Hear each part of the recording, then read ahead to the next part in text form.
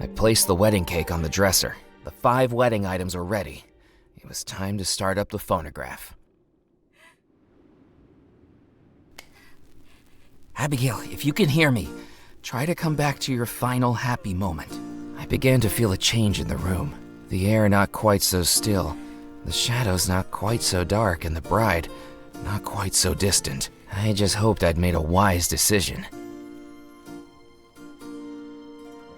You cannot be allowed to do this. I will stop you. At any cost, I will stop you. I'm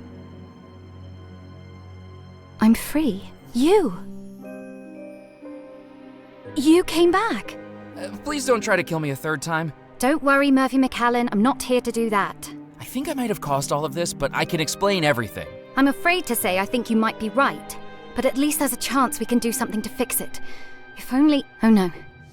He's coming. Who's coming? Rackham, you need to hide. If we're going to fix this, he can't know where you are. Quickly, out on the balcony. Abigail, where is he? Where is who? Don't play dumb with me, little girl. I know about your little game on the riverboat. I know that you've brought that mortal into the house. Where is he? You know, I haven't seen him. I know you're lying to me, Abigail, but it makes no matter. There's nothing any mortal can do to stop my plans. The wedding will take place tonight, and this time, you're going to say I do. I'll never marry you, Rackham. I'm afraid you won't have a choice. I've broken free of your spell before. I can do it again. I'm not so sure that's true. The love spell will take hold again, and every minute you spend broken out of it drains you more and more from ever breaking out of it again. Soon the spell will take hold of you forever, and then you will marry me.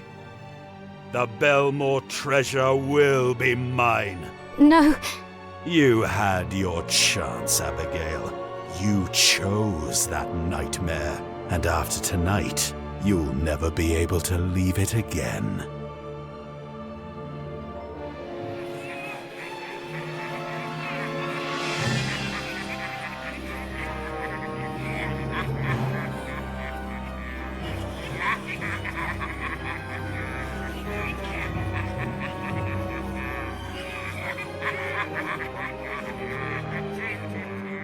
What a creep. Abigail, is it safe? Of course not, but we don't have the luxury of waiting. Come with me, Murphy. I have a plan, and there are some things you really need to know.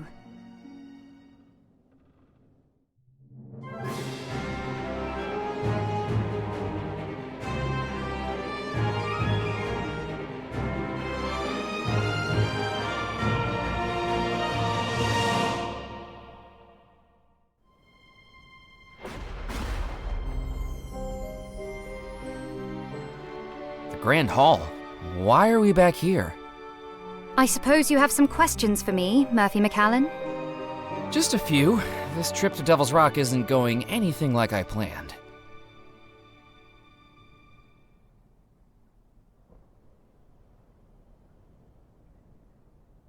So, Abigail.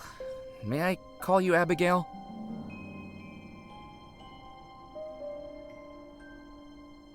Why did you try to kill me? Come to think of it, why did you try to kill me twice? Were you under Rackham's evil spell when you threw me from the balcony and dragged me into the spirit pool? No, that was me. It took a lot of energy to escape the spell. Those were the only times I've ever managed to do it. But it needed to be done. So you tried to kill me on purpose? I wasn't trying to kill you, Murphy. When you came into the house, I knew what you were trying to do. Summoning the ghosts. And in doing that, you'd free Rackham. I was trying to stop you, to save everybody. I was the threat? And pulling you into the spirit pool? Once you'd done that damned foolish deed, I knew we needed you in the house to fix it. So I brought you here. I was never trying to kill you. Oh, I see. I guess we had a slight misunderstanding. What were those faces I saw through the broken glass? Those are the faces I've seen every minute of every hour of every day for the last 33 years. Those are his punishment. I don't know how he does it, but it's like he can control your dreams and your nightmares. He can manifest images in your mind that don't exist, no matter how much you want to stop them.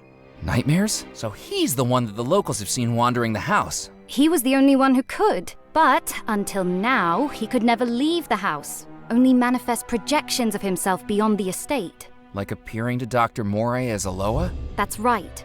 Rackham was never a Loa, but he knew Moray would fall for it, hook, line, and sinker. And now look what it's led to. You're free now. You can stop Rackham. No, Murphy, Rackham's magic is strong. You may have broken the spell for now, but what he said was true. I don't know how long I can hold out before the curse takes hold of me again, but it will happen. I can already hear them laughing.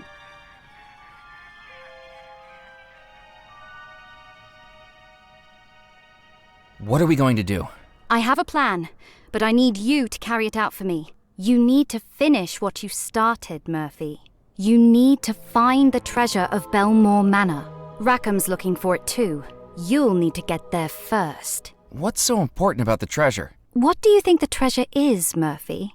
$13 million? Unaccounted for and unclaimed? No, Murphy.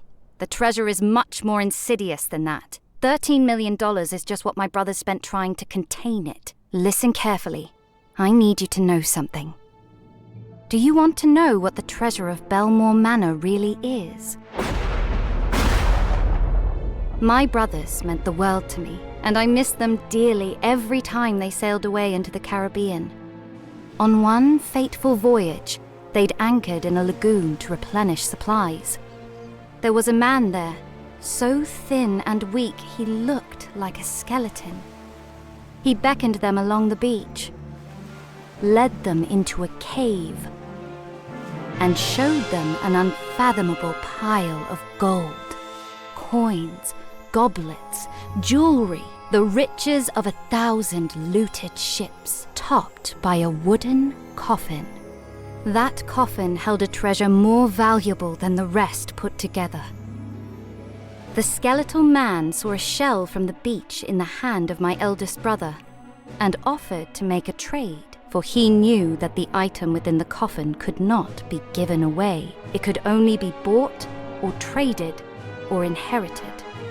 The deal done, my brothers loaded up their ship and set sail for the nearest port. But when the dockhands opened the coffin, they fled and refused to return. Inside was a black stone that seemed to glow green from within. The locals knew a legend of a terrifying pirate captain who wielded such a black stone, able to make any who resisted his demands collapse dead before him. But that had been 2 centuries ago. Surely the pirate captain should have been long dead. My brothers put so much into researching the stone, scouring the Caribbean, conducting scientific experiments, meeting experts of the occult. And it all led to one terrible discovery. The coffin stone was a cursed artifact, able to destroy a person's spirit and steal the remaining years of their life for the stone's possessor. That pirate captain, who had ransacked ships by stealing the life of anyone who dared to oppose him, was now cursed to live out every year he stole, withering and weakening without dying. My brothers sealed the stone in a vault beneath Belmore Manor. 3 keys were required to open it. My brothers each took one, vowing never to allow the stone to work its evil power. But one person disagreed.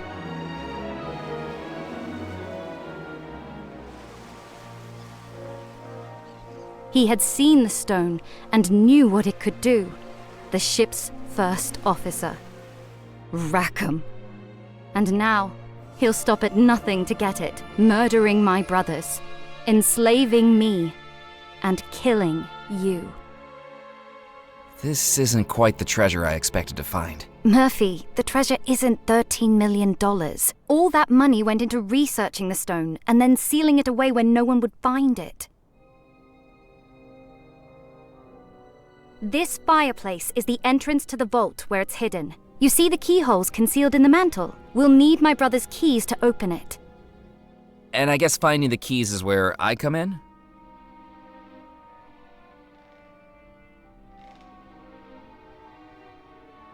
What if we just leave it sealed up? Hide the keys so Rackham can never find it? He will find it. I don't know how long it will take, but eventually he'll find it. And I won't be able to resist the curse for that long. I need you to find those keys tonight, before the wedding. How do I even start looking for your brothers? You need to speak to Madame Planchette. She helped my brothers years ago, and now she might be able to help us too. Who's Madame Planchette? An old friend of the family my brothers brought to our house to help them. Some people call her the Parlor Witch.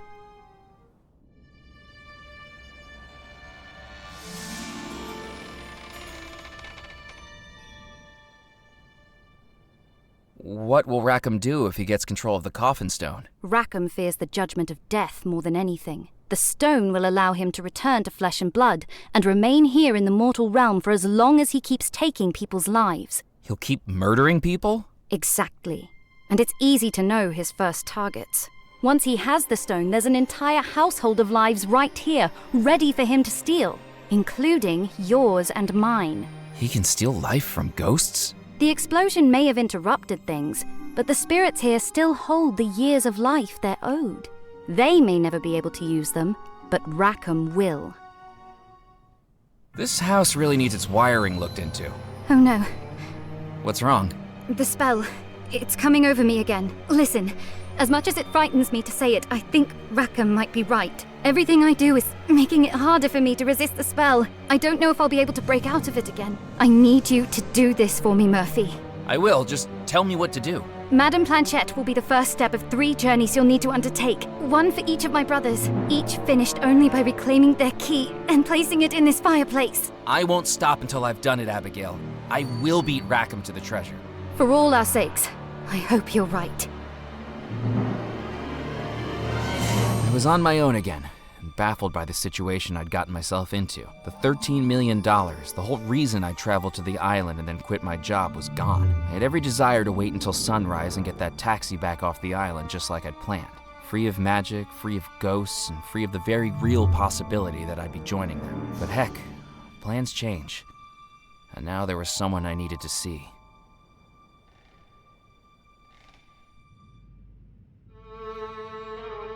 May I help you? Excuse my intrusion.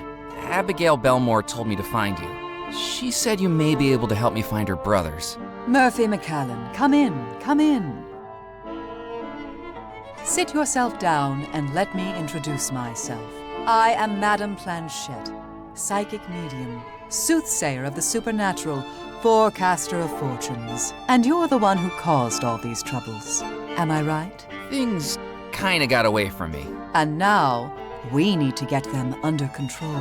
Now, how precisely can I help you?